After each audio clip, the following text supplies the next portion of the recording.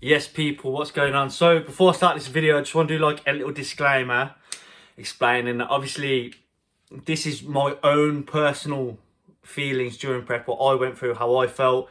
It's not anyone else's fault but my own. It was all my choice to do it. I knew it was going to be hard. I knew it was going to be tough, but obviously it was very tough in some areas, and that's what I'm going to go through the video. But I just want to say, like, obviously no one made me do it. It was all completely my fault, my choice, and I decided to do it, and I could have quit at any time. So yeah, without further ado, let's get into the video. Just watch me.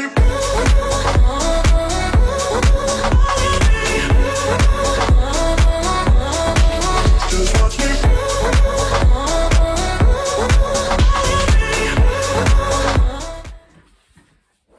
Yes, people, so what's going on? So at first I was a bit apprehensive and unsure whether to record this video or not, just due to their like general persona of like bodybuilders, and how, you know, they all say, look, work harder, no one cares, all that sort of thing.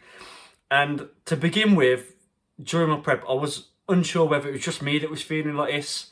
You know, I see a lot of the big name bodybuilders, they don't really go into, you see all the good stuff, you see all the pictures of them looking pumped, you see them like upbeat on their stories, on their social media, on their YouTube, but they don't really go into that much like depth or like show much when they're not feeling like that, when they do feel like shit, like you do a lot of the time on prep.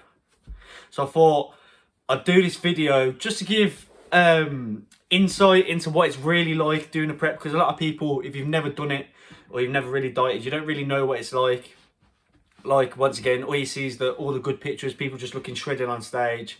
You see all the good bits, you don't see all the hard work, all the graft, all the sleepless nights, all the feeling like shit, no energy, starving all the time sort of thing.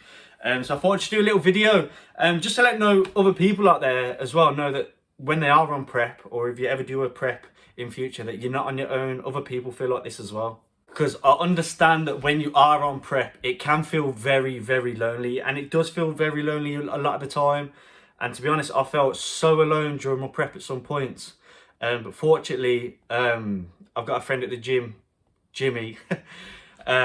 Shout out to Jimmy. Obviously, he was doing his prep at the same time as me. And we started talking at the gym about it. And obviously, it was good to have those release of emotions. I think it was good for both of us. It was like kind of like not counselling, but it was good to know that they were feeling like the same way. Not feeling like, oh, I'm glad he feels like shit as well, because I feel like shit. It's just the fact that I know that I weren't alone, and I weren't the only one that was feeling those emotions. Because like, I watch YouTube videos, follow a lot of bodybuilders, etc. on like Facebook. Instagram and YouTube and stuff, and a lot of them don't talk or show that side of things. So for me, I was feeling like, why do I feel like this? Do these guys not feel like this? Is it normal to feel like this? And obviously, speaking to Jimmy and a couple of other people since as well, it was good to like realize that I wasn't the only one, if that makes sense. Because during prep, you have a lot of highs and you have a lot of lows. Like, you have a lot of highs. You have highs, you have a few good days, but then you do also have really, really, really fucking bad days where you literally feel exhausted. So I feel like, to start this video, I feel like it's good to just like start from the start for me, for like where my mental battle began. So my first proper ever like tracked bulk or whatever, that I had a coach for, it wasn't the best, just due to the fact, not due to my coach or myself, just due to the fact of like COVID and stuff. Obviously all the gyms closed, they kept opening and closing, so I was training in my garden, didn't have the best weights, had good equipment, and I was like lucky and fortunate enough to have stuff where I could still get a good session in, but it wasn't optimal. Not having the gym there and being able to progress properly through my weights and stuff really didn't allow for an optimal bulk. So that's where mine started. So I started a cut, and I'd been bulking, I can't even remember how long it was for. I got a decent amount of size on me in the end, because the gym's open for a bit, but then obviously I went into my cut and stuff. But I feel like I could have had a better off season, and that's not just due to the fact of the gym, due to myself as well.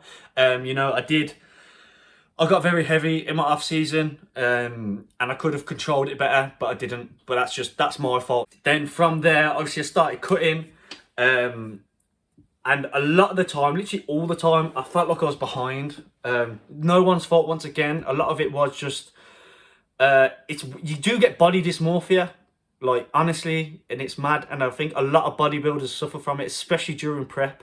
Like you look at yourself, like I look at pictures now, from when my checking pictures that I used to send to Jake, and I was messaging him going, I don't feel shredded, I don't feel lean enough. I look back at them pictures now and I think, fucking hell, like I was in good nick, man. I was real good nick. Like what? It's mad that you can't even see. That's why it's important to have a coach as well, I think, especially if you're doing prep, because they can see what you can't. Because your prep brain does take over, and it is a thing. Like even though that I've done everything, I ticked every single box every single day. I've done everything. It's a mental battle because you feel like you're still behind, or you're not where you should be, or you don't look as good as what you think you should. When you're doing everything, when you're literally exhausting yourself, and you're ticking every box, and you're going to like places you didn't even think you'd be able to push yourself to, like energy wise, and like the way you're feeling. Also, it doesn't help with social media now as well. Everyone always posting their best pictures. Like you see pictures of bodybuilders, and you comparing yourself to them. Like I watch a lot of YouTube bodybuilders on YouTube, like professional bodybuilders, like people that are going to the Olympia, and I'm looking at them like they're like 6 weeks out, and I'm 6 weeks out, thinking, how are they so much more shredded than me at this point? I look nowhere near that. Do you know what I mean? I think about it now, and I think that's fucking ridiculous. Like, it's my first ever show. I was fat as fuck in my off season as well. Like, why am I even comparing myself to like professional bodybuilders? It's ridiculous. Like, but that's what prep does to you. Like, you start doing these things and comparing yourself. I did anyway. Like I said, I'm not saying everyone does this or feels this way, but that's what I was doing. And like, you get so obsessed with everything. And like, some days I feel anxious to even step on the scales, because there was a period like towards the end of my prep where I really had to dig fucking deep. Like, I don't think the scales moved for about 10 days. So it felt like I was doing all this suffering, putting all this effort in, and nothing was happening. But it was that close towards like the end of my prep that we couldn't afford to like risk adding like more food in at like one stage. So like the last week of my prep, to meet my weight bracket, which was 70 kg, had to be below 70 kg. I was eating about, for my last week, I think I was eating about 900 calories a day. It worked out at something mad like that, like absolutely ridiculous. And I was still doing like an hour of cardio training. Had to train like a few times on those calories as well, 10,000 steps as well. And like I say, that's nothing like on Jake or anything like that, who's my coach. It's just what we had to do because it was that late. And like when I, through the carb ups that we did, like my body like holds quite a bit of weight after a carb up. It takes like a day or two or like 2 or 3 days for it to drop out. So it's like kind of like was at the point where we couldn't risk carbing up because I still weren't at the weight bracket. I literally hit below the weight bracket on the morning of my show, which is like mad. So like I didn't even get to carb up like into my show like for the first few days or whatever. So I went into the show, like the show morning, completely flat, and then we had to just shove in some carbs after I'd weighed in and stuff on the morning. And like I was at the show, I remember on the show morning, and the Brighton Marathon was on, and like, all the athletes got there. I think registration was at like 8 o'clock or 9 o'clock or something. I got my tan done at about 8, and then obviously registration was about 9 and 4. So I thought, you know what, I haven't eaten, I'm absolutely starving, I'm exhausted. Felt like I was on the brink of death. So I went to the show, got there, got my tan there early. I was one of the first people there, and I was like, right, I'm gonna sign up. And they're like, nah, the judges in here, like they can't get here. All the traffic, all the roads are closed due to the Brighton Marathon, because that's where my show was, in Brighton, obviously. So I think I was like nearly 2 hours late, and like I hadn't eaten. I was sipping water just because I woke up and I was just below the weight bracket. So literally I was fucking exhausted, like walking zombie, and I was just praying. I was thinking, please, can these judges just turn up just so I can sign up, go home and get some carbs in me. But obviously it all worked out in the end. We hit the weight. And then we went on to win the show, so tots my baby. But yeah, it all worked out in the end, obviously, which was good. But honest, like throughout the prep, it weren't all happy days. Do you know what I mean? Like as soon as you wake up, you're hungry. I am anyway, because I like eating in the morning. I'm not one of these people that can't eat till like 10 o'clock. I can eat. I can wake up at 4 a.m. and eat breakfast. Like I've got a big appetite. Like, if you know me, you know I like to eat. I love my food. I'm a proper foodie. I love eating like big portions. I love when I eat. This is why I always get so fat and I struggle to control my off season, because when I eat, I like eating a lot, and I can eat a lot before I feel full. Like, I'll literally eat until I feel like I'm about to explode. That's the amount of food I like to eat. So straight from when you wake up, you know, you're feeling weak, you're feeling hungry, you're feeling dizzy, and everything on prep, like in the later weeks of prep, is 10 times harder than what it is normally. Like, even to the point of like walking up the stairs in the last few weeks, I was having to walk on all fours up the stairs, having to use my hands to drag me up the stairs because I was that fucking low on energy. And this is like some of the things that people don't speak about. And I spoke to a lot of people since, or like when I was in my final weeks of prep, and I was speaking to people like at the gym that I've competed. And I was saying like, bro, like, I haven't even got the energy to walk up the stairs to piss. I'm having to piss out my back door. Like, I'm having to piss in the drain out my back door because I can't walk up the stairs. I haven't got the energy to drag myself up the stairs. And I'm speaking to other people on prep as well. They're saying like, yeah, during the night we're that fucked and we just don't want to get out of bed. They're literally pissing in buckets next to their bed and emptying it in the morning. Or like other people, one guy had a bucket in his shed, in his garage, and he was just walking into the garage because it was easier than walking up the stairs to piss. And I was thinking, well, am I the fucking only one? It's like that. I feel like that laser can't walk up the stairs. So I tell people this, and they'll be like, nah, mate, I'm the same. And this is the thing you don't see and people don't speak about.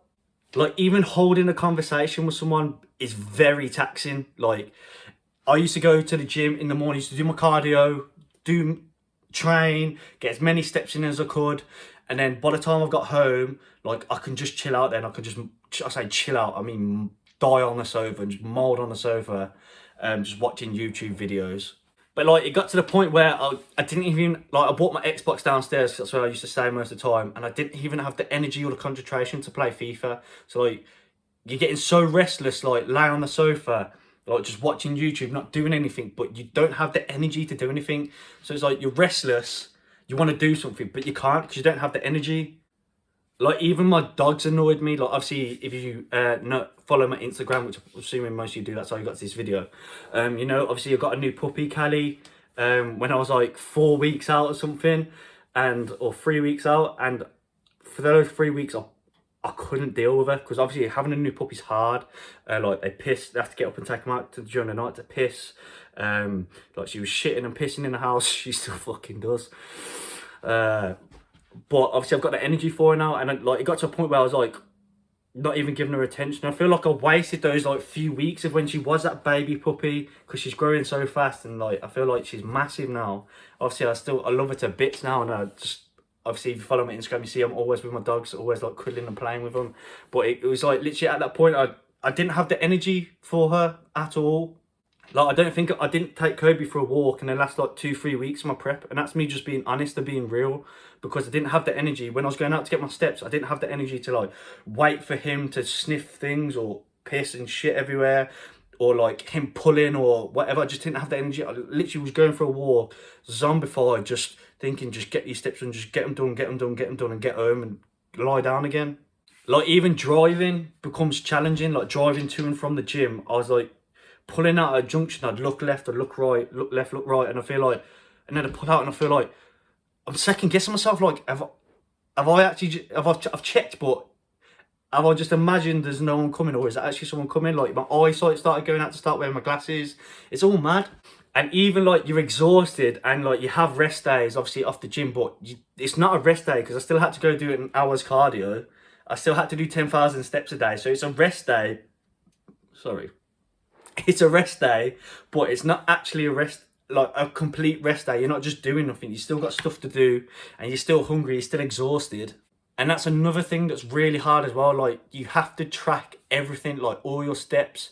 There's constant pressure of like, right, I have to go do my cardio. I can't just, if you want a day off, you can't have one. Well, you can have one, but then you're not ticking all the boxes every day. So you have to go do your cardio, you have to do your steps, you have to track your food, you have to weigh everything, you have to, like, everything's tracked. It's mad. There's so much pressure, and like, everything in your life is routine and like military, like complete military mode. And then along with all this pressure and like feeling like shit, the one thing that you love, which is the gym, which is why you're competing, which is what has got you to this point of why you want to compete, because you love the gym, that becomes a chore. Like going to the gym, I hated it. Like in the last like couple weeks, few weeks, because like you love progress. Like, and for me, like I love going to the gym. I love lifting and pushing myself and bettering myself every single week. And it got to a point where your training starts to plateau, starts to dip off. You start to lose strength. Like you haven't got the energy in the gym. Like even to speak to people is hard. Like people will come up to you because obviously you look like shit, and like you obviously look like you're about to die or whatever. And then people come over to you, like, be like, "Are you alright?" Or like try and have a conversation with me, and I was just like, "Obviously I'm not alright now. You can see I'm fucked from my diet." Like, do you know what I mean? And with me, I didn't tell people I was competing, so I think it was a lot harder for some people to understand, because they were just like, "Oh, like why do you look like that or feel like that if you ain't competing?" Do you know what I mean? You're just dieting. You don't need to push yourself so hard. So I think it's hard for a lot of people to understand. But yeah, I got to a point where training was becoming a chore. I wasn't enjoying it. And obviously cardio, I hate cardio. Oh, literally, I can't stand cardio. It's the one thing I hate. But obviously it has to be done, so I was doing it. And like, I even got to a point where I started to get a bit of gym anxiety. Like going to the gym, just for like reasons of like, obviously I take pictures. Like when I've got a pump, I say a pump when they're hard to come by, but I take pictures of where and choose the ones where I look the best in. Obviously got the best angle, the best lighting, got the best pump, like veins popping or whatever. I got to a point where I was like walking around the gym, I didn't want to take my t-shirt off because I felt so flat and depleted. I felt like I don't look like my pictures at the moment, like when I'm just walking around, and I don't look like my pictures now when I walk around. Obviously I choose the best picture, the best one when I'm looking the best. But I got to a point where I'm posting these pictures and I look sick in them, but I'm walking around like feeling like a 12-year-old kid. I'm like in the gym, I was like lifting and just felt so flat and depleted. Like it was even hard to pick up the weights. Like a few of my exercises, I just, like especially my last week, like my dumbbell chest press or whatever, I just swapped it to the machine press, just due to the fact that at that point, obviously you're not trying to build muscle, you're just trying to maintain what you've got. So the main focus is just get like good contraction, good pump or whatever. And I was having to use like the machines just due to the fact that I couldn't lift the weights up off the rack. It was just extra energy that I didn't want to use at that point because my calories were so low. But then not only was like my gym suffering, like my business was also suffering. I'd just gone self-employed as a personal trainer. And like I'd have my PT sessions, and if they messaged me saying I cancelled, I was like secretly like really relieved, like thank fuck I don't have to go to that, because I ain't got the energy. Like you're having to act happy and motivate other people, which is what I love doing, but I didn't have the energy to do it then. But obviously I still turn up, I still give quality sessions and give everyone everything and make them feel good and like motivate them or push them.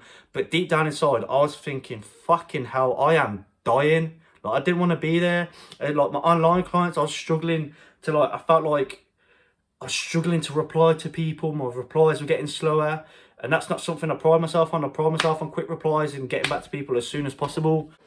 But I was at a point where like it was effort to even pick up my phone. Like my group chat with all my friends, there'd be messages, I wouldn't read them. People telling me Snapchats, I wouldn't even look at them. I'd just open them, just get rid of the notification, because I've got OCD. I don't like notifications on my phone. But yeah, like even like just things like that, just little things that you don't even think about were effort.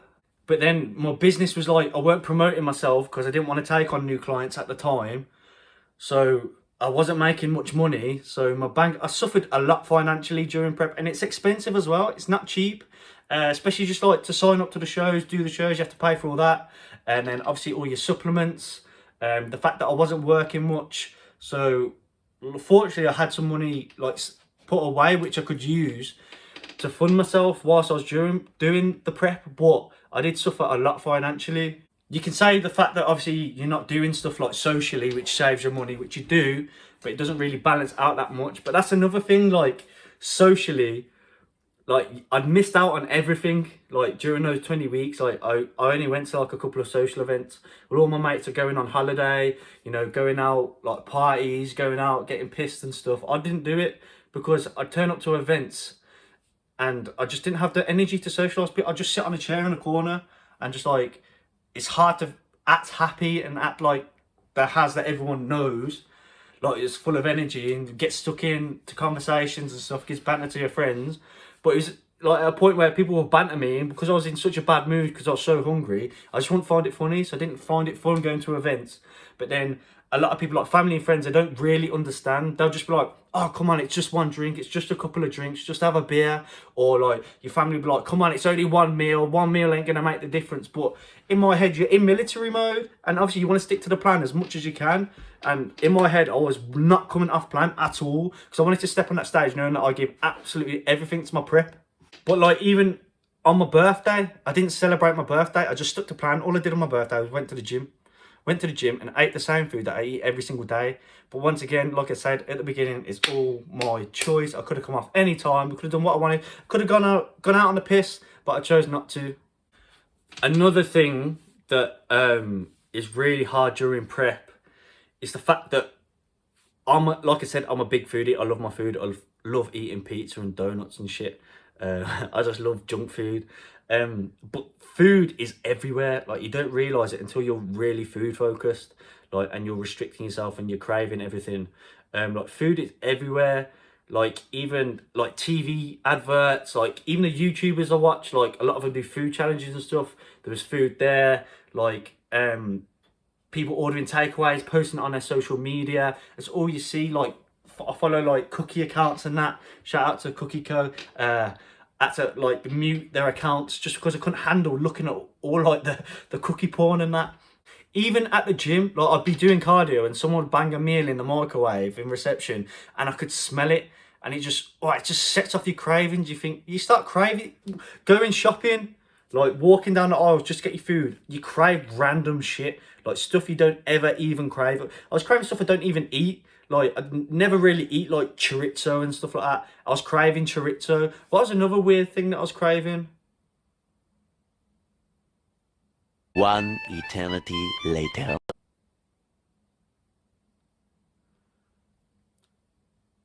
I can't remember what it was, but I was craving something really weird that I'd never eat, like ever. And I was just craving it real bad for some reason. And since I've come off prep, I haven't even eaten it since I started eating like normal food again.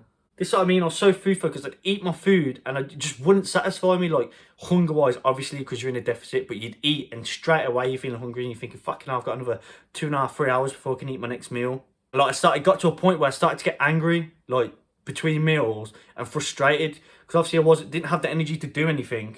So like most of the time I'd just be sitting there watching YouTube. But then I'd be sit there and I'd think, I'm so hungry, like I need something, like. But when you have things to do, obviously it takes your mind off it and time goes a bit quicker. But then when you're not doing anything, all you can think about is your next meal. I used to get angry thinking like, oh, why has it only been an hour? Like, it feels like it's been about 3 hours and I want to eat, I'm starving. And then because you're starving 24/7 as well, you're like, you're moody, you're hangry all the time. Like, you take it out on people that are closest to you. Like, even like my mum rang me when I was like 3 weeks out or something.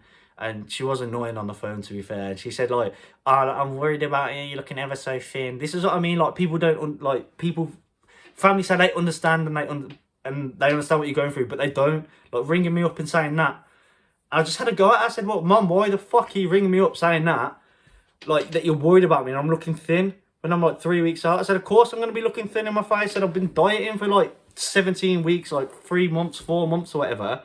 And then I literally just said to her, I said, don't speak to me for the next 3 weeks. I said, don't speak to me, don't ring me, because I haven't got the energy to deal with any shit. And that's what I mean by, like, the people closest to you suffer the most. And like, obviously Molly, like, I didn't even have the energy to speak to her. She'd come home and speak to me about how her day's been at work or whatever, and I'd just sit there and be like, I don't care. I literally said to her, like, I don't care. Like, or she starts speaking, I'll be like, I don't care. Stop speaking to me. And obviously that's not very nice for, like, someone that you live with, do you know what I mean? And obviously that's like not very nice for them. They have to deal with that, and she's thinking like, why can't we just talk about our day? Like, it's not that much to ask. It's normal things that you do. But it's that sort of thing that people don't realise that you can't even do. You literally can't hold a conversation with someone. If I could save energy by not talking to someone, that's what I'm doing. So I was like, at that point, I was just so moody because I knew if I spoke, I'd just be angry and annoyed anyway. So what's the point in speaking? I'm angry, I'm pissed off, I'm hungry, I'm tired, so don't speak to me. But at the same time, you're that tired, you're that exhausted, and then you think, oh, you're gonna sleep like a baby. No. You get insomnia just to top everything off. and you can't sleep. Like, even when you're asleep, you feel like you're not asleep. Like, I would probably lucky to get like, you're lucky if you get like 3-4 hours a night sleep, really. That's realistically. Got to a point where I was taking insomnia tablets. Like, I'm not going to name names, but my mate got me some insomnia tablets, and I was having to have them before going to sleep. And that'd like get me to sleep for like 2-3 hours. And then you just wake up again. And then you're like, oh, well, I'm just waking. You just stare at the ceiling. So look, this is why you see like people that are on prep, yeah, and they go in gym at like 4 in the morning, and you think, oh, they're so motivated. They're not motivated. It's because they can't fucking sleep. So they just go to gym, just get their cardio out of the way. And then after all that, after you feel so shit as well, you got these old school bodybuilders that just say, oh, all these youngsters, they just do the SpongeBob meme. They just do it for Instagram. Who cares what anyone's doing it for? If someone wants to do it for Instagram, let them do it for Instagram. If they want to do it for themselves, let them do it for themselves. If it's not affecting you, shut the fuck up.